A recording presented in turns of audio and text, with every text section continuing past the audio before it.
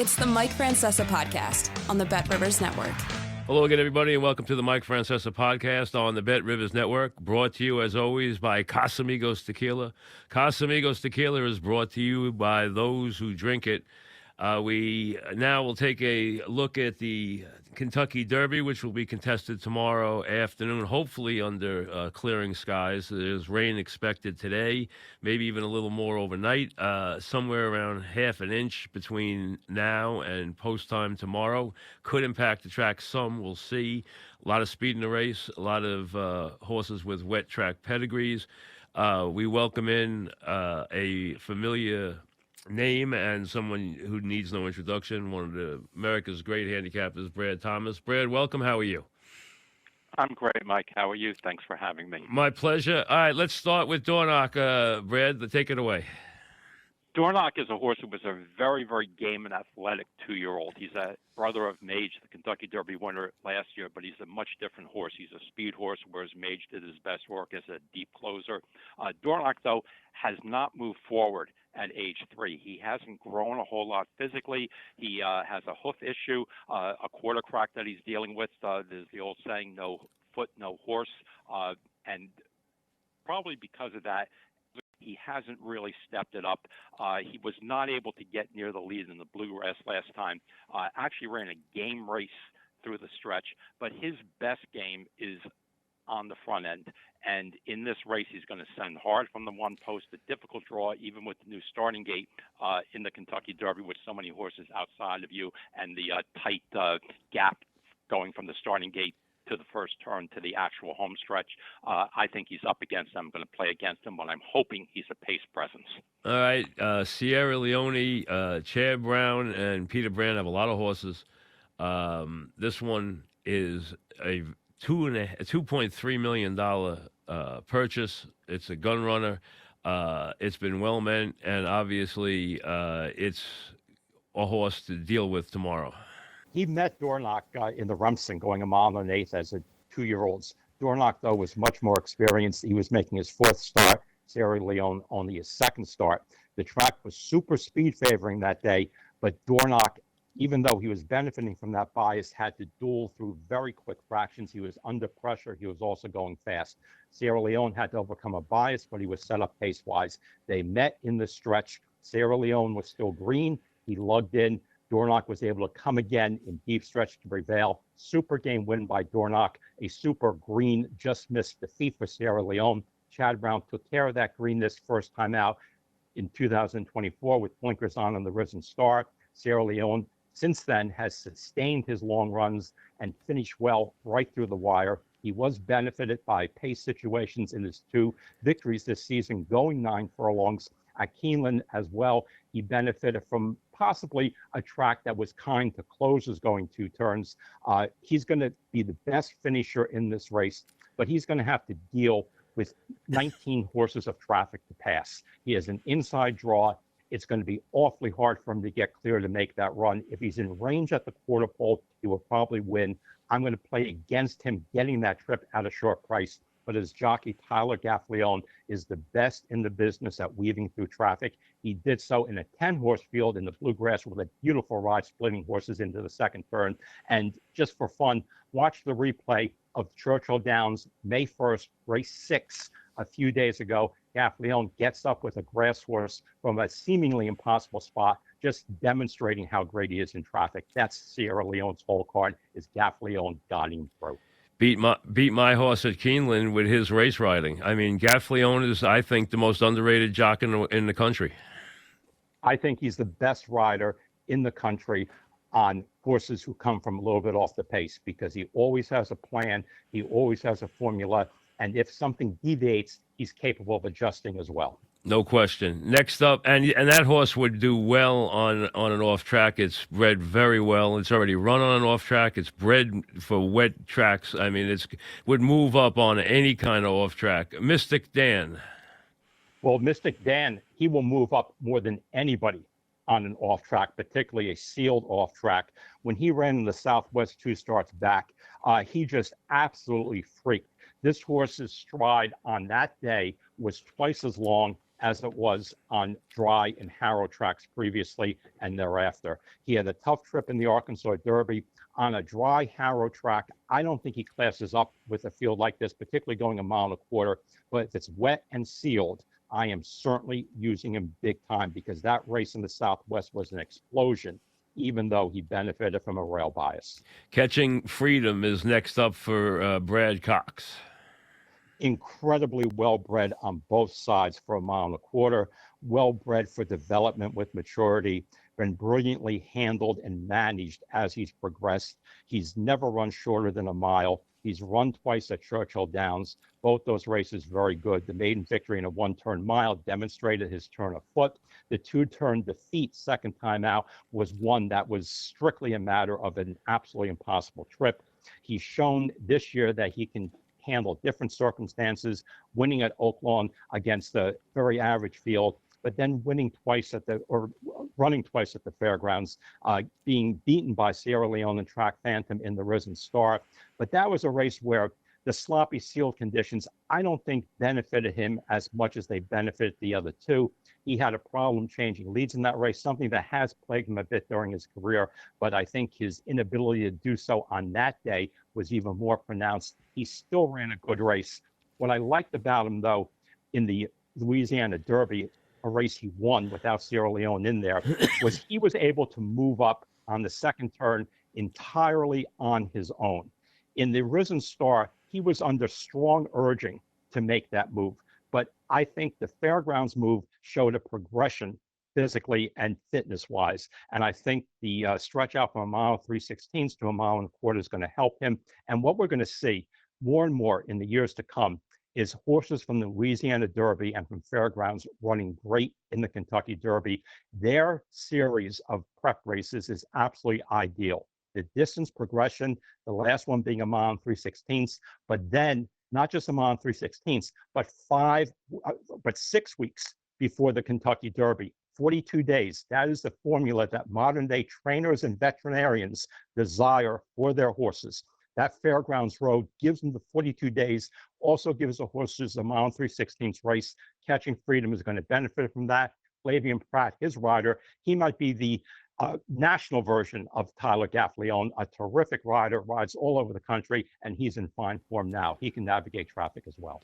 Catalytic, lightly raced, and obviously ambitiously placed here. Well beaten by Fierceness in the Florida Derby, benefiting from a pace scenario that was very, very soft.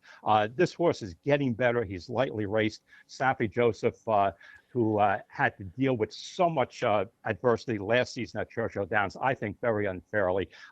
He's has a horse who is a quality animal, but I think this horse lacks experience in two-turn seasoning. He's just not ready to step up right now against a field like this. The ageless one, Dwayne Lucas with Just Steel.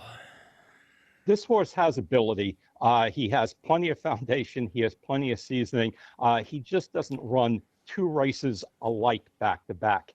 He ran very well in the Arkansas Derby behind Bob Bafford's Muth, who would be one of the favorites in this race if the horse was eligible for it. That Arkansas Derby was one that featured an off the pace and outside bias, though. Muth was the only early speed winner out of 13 dirt races. Just Steel benefited from that flow. He was clearly second best to Muth. He was never getting near that horse. Muth was completely destroyed by Fierceness in the Breeders' Cup Juvenile last year. I think Just Steel is unlikely to move forward off that race. Anna Marie, the runner-up in the Louisiana Derby. $40,000 yearling purchase, beautifully handled by trainer Whit Beckman, a conditioner of relative youth who is trained under a lot of Hall of Famers, including Dwayne Lucas. Anna Marie has Churchill form, 2 victories, a very good 7 furlong wet track race where he finished second. That's a big positive. His 2 races this year have been developmental. He wasn't ready for his best effort in the Risen Star. He still ran okay, galloped out very well in that race. I think you could make a case that a wet seal track is not the ideal condition for him. Hopefully for Anna Marie, it's dry or relatively dry and harrowed on Saturday. The Louisiana Derby, though, was a big step forward. He moved earlier than Catching Freedom did. Catching Freedom was able to get to him by the 8th pole. They were dueling briefly. It was in doubt for maybe half a second, but Anna Marie was unable to finish with Catching Freedom. Now, I actually see more room for improvement with Anna Marie than with Catching Freedom, because Catching Freedom had more foundation, more distance races, was on a more regular schedule at the time. Anna Marie, I thought, really moved forward in the Louisiana Derby, can really move forward once again.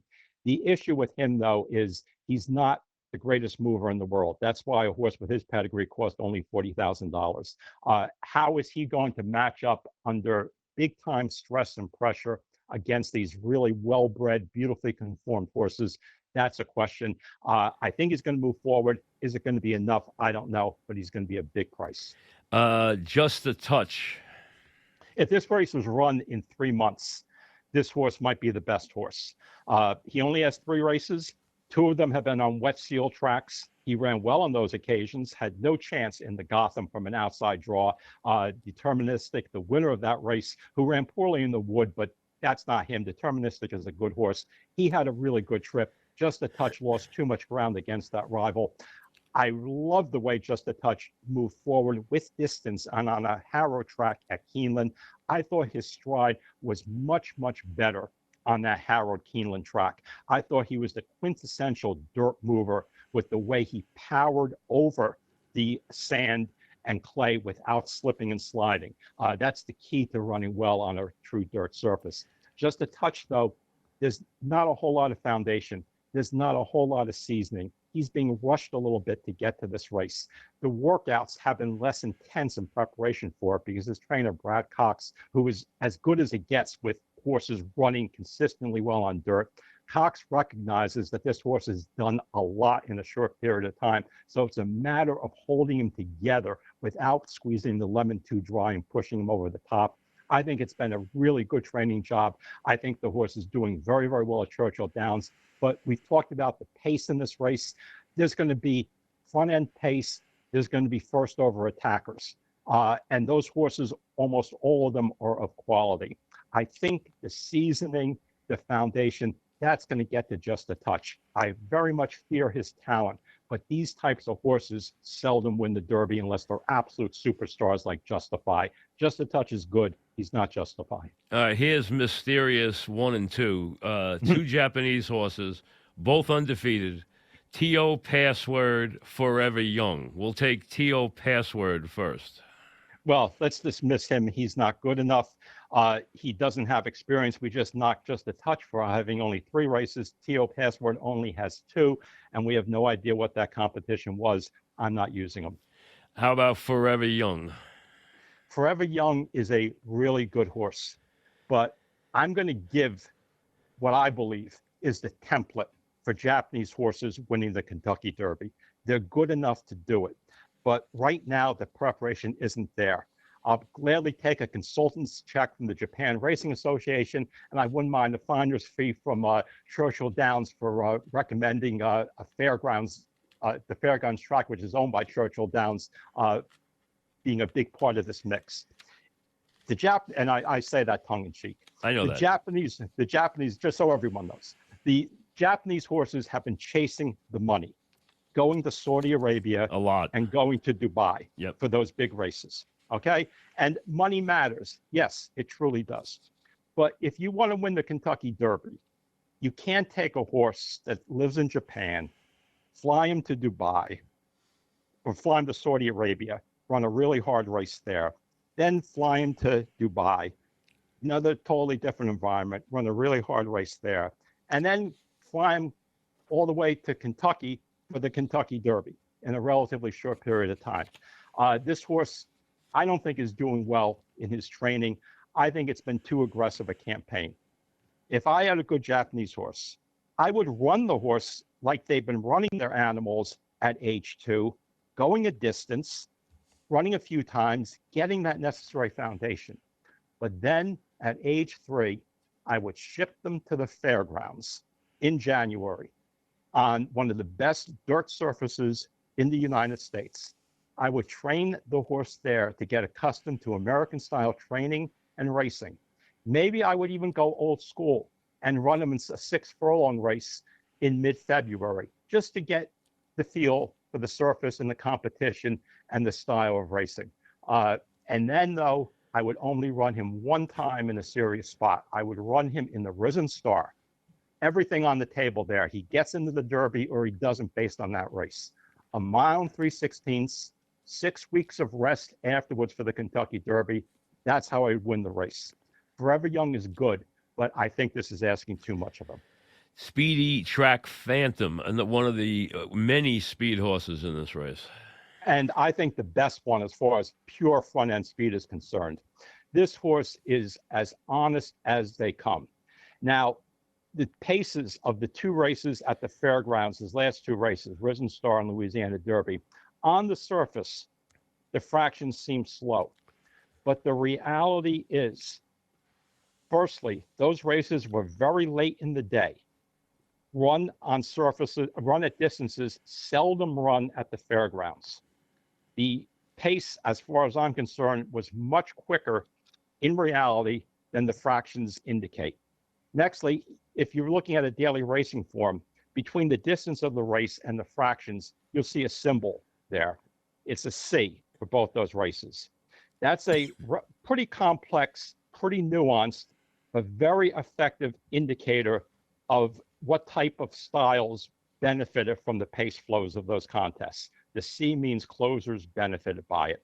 And I'll tell you a secret. Most players don't pay attention to those symbols.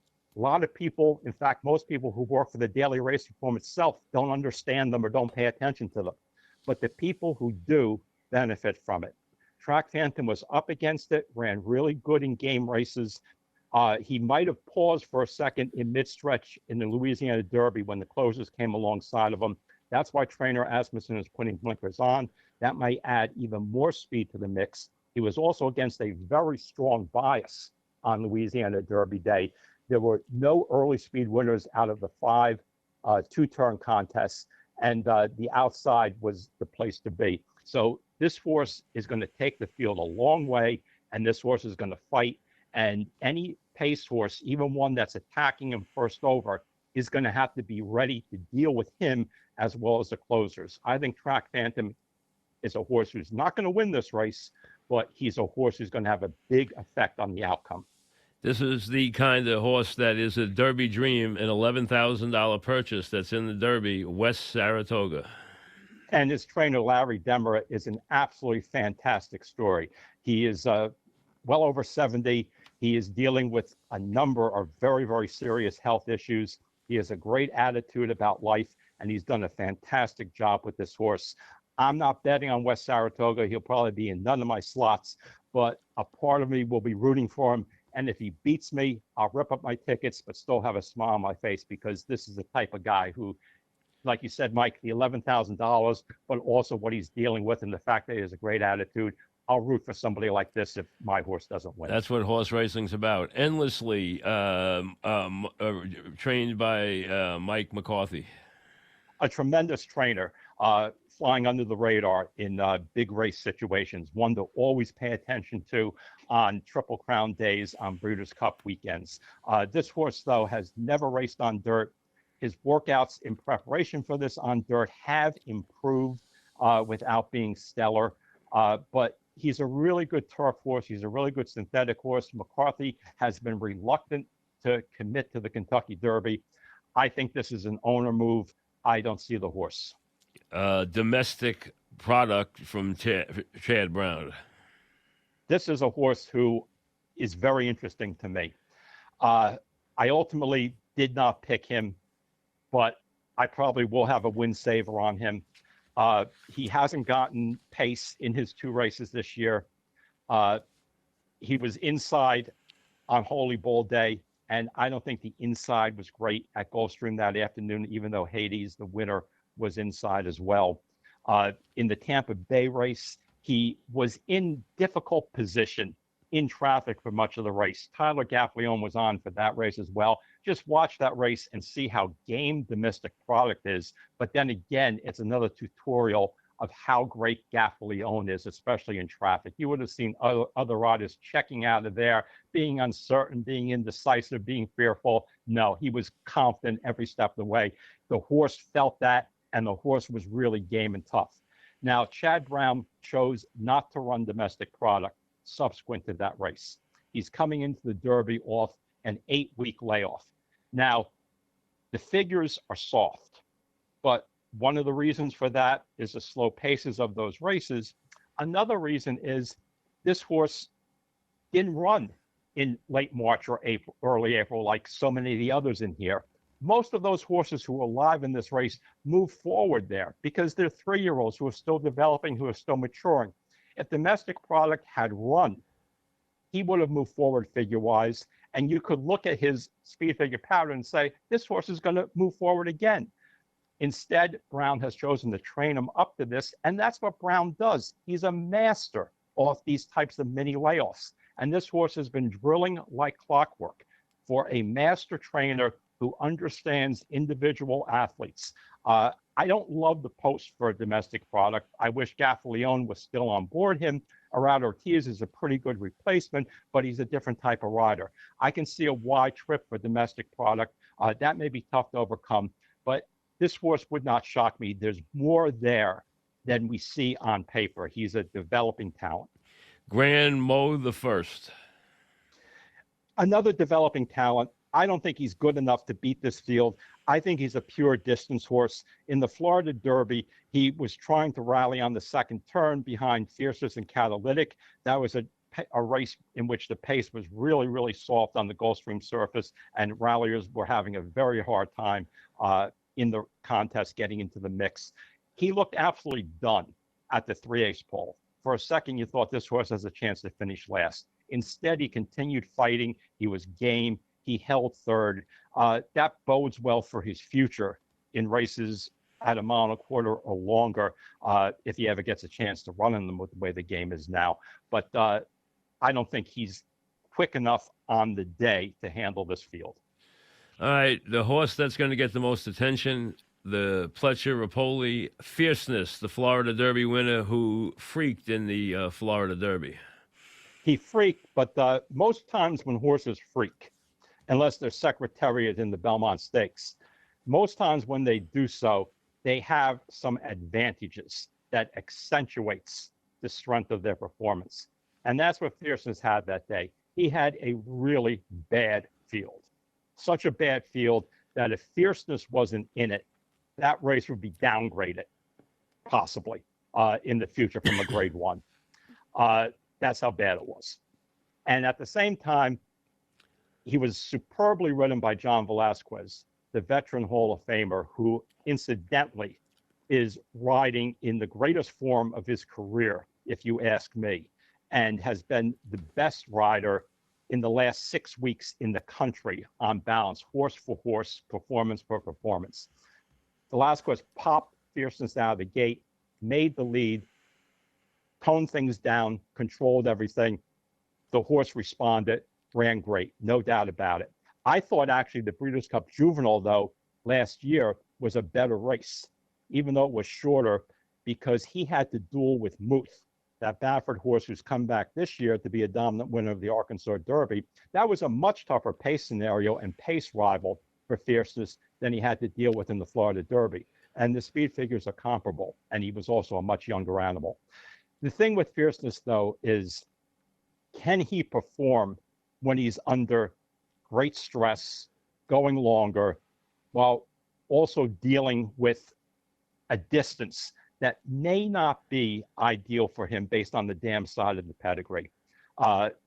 Those combination of things at a short price with a horse who has never run 2 great races in a row, that to me renders him vulnerable at 9-5, which is the odds I think he's going to be. Hypothetical here, Brad. If Muth is in the race, where do you put him? Muth, I probably put Muth 4th. Okay. All right. Because he has improved. The Arkansas race was one in which he had to overcome a bias, but I think the pace will get really, really hot, and I think Fierceness is a better horse than he is still. All right, Stronghold. Stronghold to me is a throwout. I don't like the California horses he's been running against. They're Baffert second and third stringers. He lost once. He was all out to win another time. He got good trips on both occasions, relatively speaking. I don't think he matches up, particularly from an outside draw, with this field. Resilience, put blinkers on, won the Wood Memorial, got things his own way. How about his performance? Well, he got a good inside trip before coming on the stretch to mount his winning rally. Did improve with blinkers, has paired up speed figures, has a pedigree that says he can move forward. But I think the post position really, really hurts him. He needs to be close, get in rhythm easily, and then pounce. I don't think that's going to happen from this draw. He's going to be too wide. He's not going to get the position he wants. And I don't love him going the extra distance. I think a mile and an eighth is what hits him between the eyes. I don't think Danny Goggin thought Society Man was going to be in the Derby. He is in the Derby because he ran second to Resilience in the Wood at 106-1. That gets him a trip to the Derby. How about Society Man? I don't like him to win. I will use him third or fourth underneath because I think this horse wants to run long. I think he'll grind. He has the Tory on board, who's been riding great, another senior citizen jockey who's been far exceeding reasonable expectations for performance at this stage of his career. In fact, he was going to retire, and he's going so well, he said, no, I'm not retiring. I'm going to make more money. But he fits this horse because he's going to save ground. He's going to move aggressively when he does move, and the horse does want to run. If the pace gets fast, does want to run long. If the pace gets fast, this horse can fill out a trifecta or superfecta at a big price. All right, Encino Scratched, Epic Ride. An interesting horse. His ability to run on synthetic and on dirt, his ability to run short and long, his ability to have speed going short and set off the pace going long. I'd love to own him, but the fact that he was not able to finish with Sierra Leone in just a touch in the bluegrass, despite a reasonable trip, it was a forward-moving race, but it also shows the gap between him and the top contenders in here. When you combine that with his outside draw, he's not a use for me. I agree. All right, what's your thought here? Most likely winner is? I'm going to say Catching Freedom with the coda that maybe Fierceness, maybe Sierra Leone are very close to him, if not slightly more likely, but his price is going to be much, much bigger. Between Fierceness and Sierra Leone, I don't think Sierra Leone is going to win. I think he's going to run good, but I think the traffic is going to get to him. I think that I don't love the way this horse moves either. I think that could become an issue under great stress. Fierceness is going to win or probably finish no higher than third or fourth, but his best race certainly can win this. His post position is as good as it can be for his style in a field with this type of pace context, and he has a fantastic rider for the trip.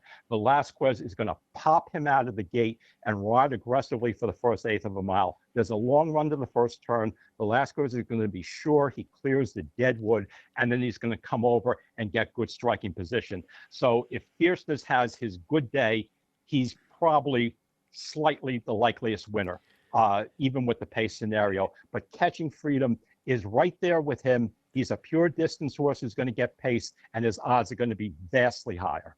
Can Fierceness win this if he gets shuffled back to fourth or fifth? No, not that. I have not seen anything to me that indicates that. All three of his powerful performances have been perfect striking position. I have not seen this horse react well to stress. And who's your long shot closer who could make it bombs away? Anna Marie and Domestic Product are horses who I am using big time in trifectas. After that, I really don't have anybody. I think this is a race where there's only a few horses who can win. There's only like 6 or 7 horses at most who can win this race, and there's not many more who can be involved in the gimmicks. So Anna Marie, I think, is a viable saver bet at 18-1 or more. Domestic Product at 23-1 or more. I think they're going to be kind of right on that number. They're the ones who could be the big bombs. Can you see any possible scenario where we don't get a very, very quick pace in this race? You would like to say no.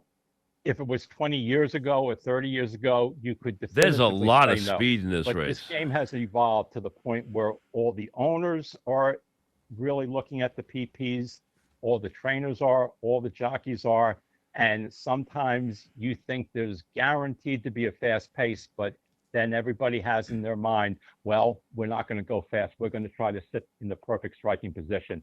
That said, I think the thing that helps a fast-paced possibility here is the fact that Track Phantom is committed to the front end with blinkers on.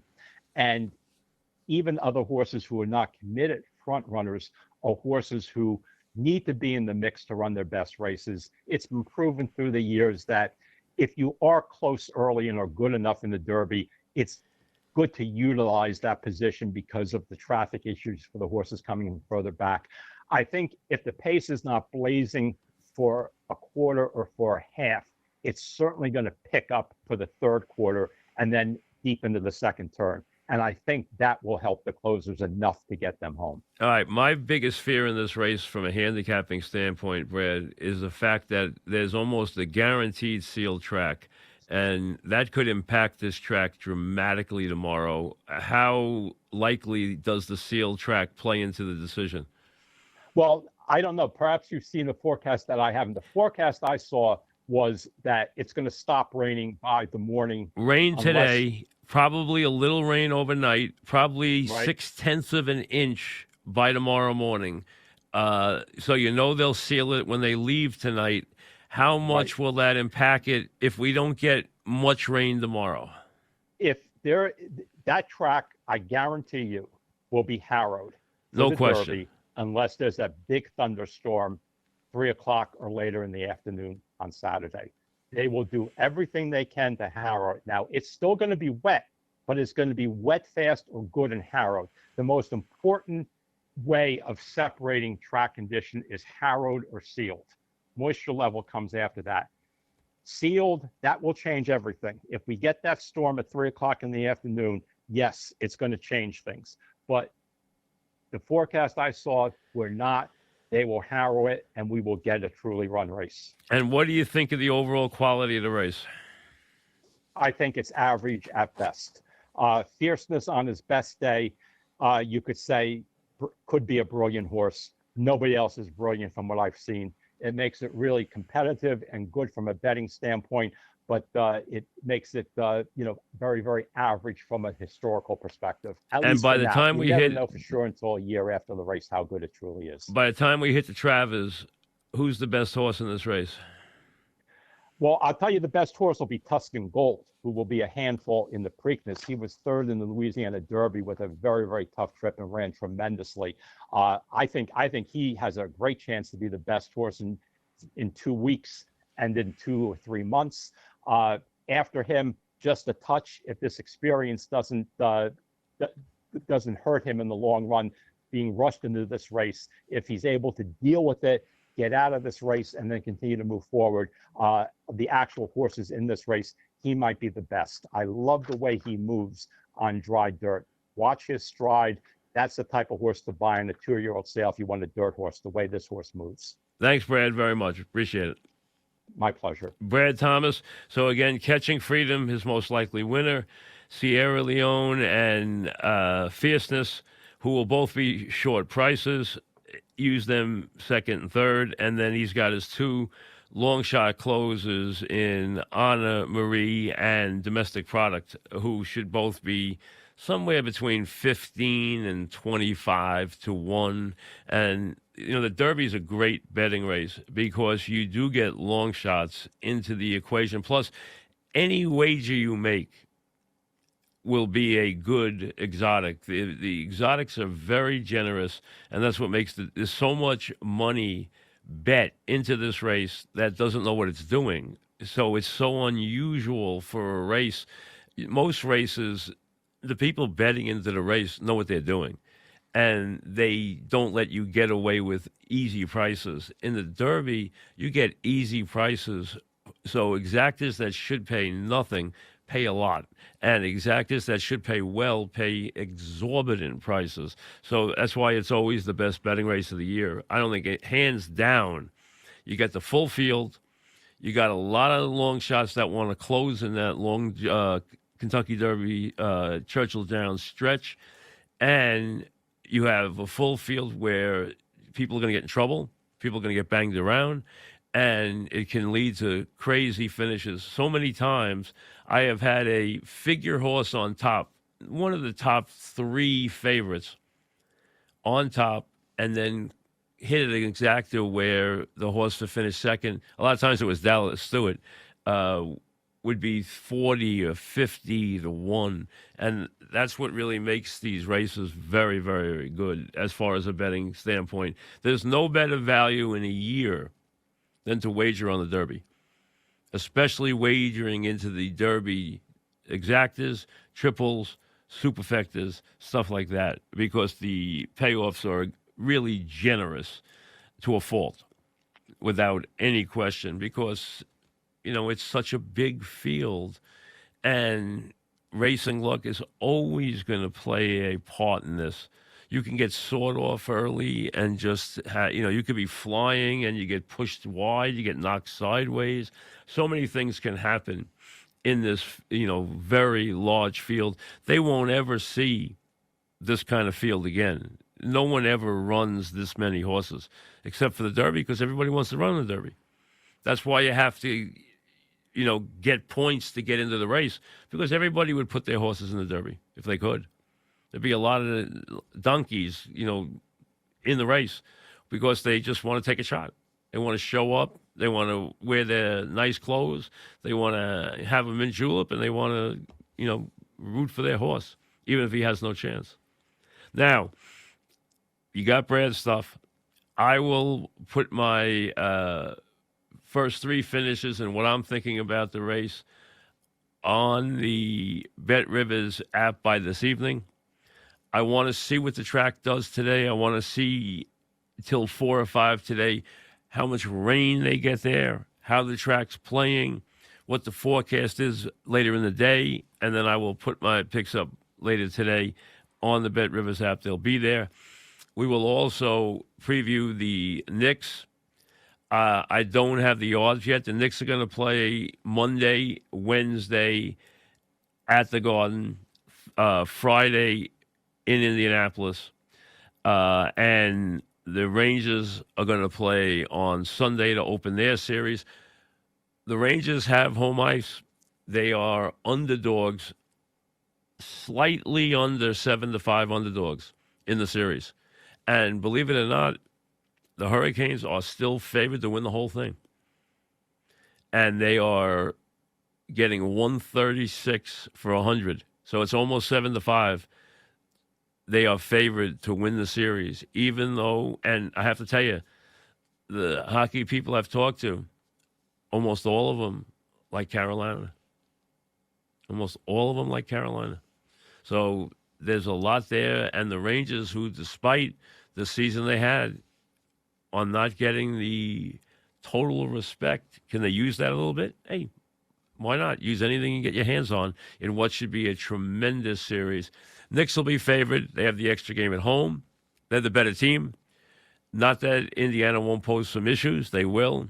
We'll analyze that later on. We'll have that for you because game 1 is until Monday, so we have time on that. And I haven't seen the odds yet, but I'm sure the Knicks will be favored in the series. We'll see you later. Thanks for listening to the Mike Francesa podcast on the Betrivers Network.